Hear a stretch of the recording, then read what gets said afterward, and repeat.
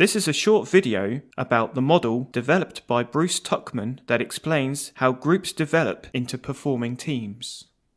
The Tuckman model sets out the 4 stages of group formation: forming, storming, norming, and performing. Each stage of the Tuckman model must be visited. Groups cannot skip stages. Even if a group feels as though they have, they will in fact still be stuck in the forming stage. Forming.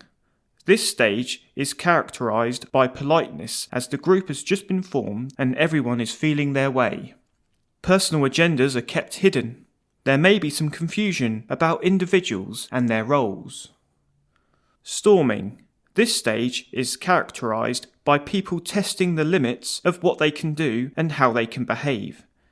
Agendas begin to emerge and there may be disagreements about priorities and leadership struggles. Norming. This is the stage where those within the group have found ways of working together.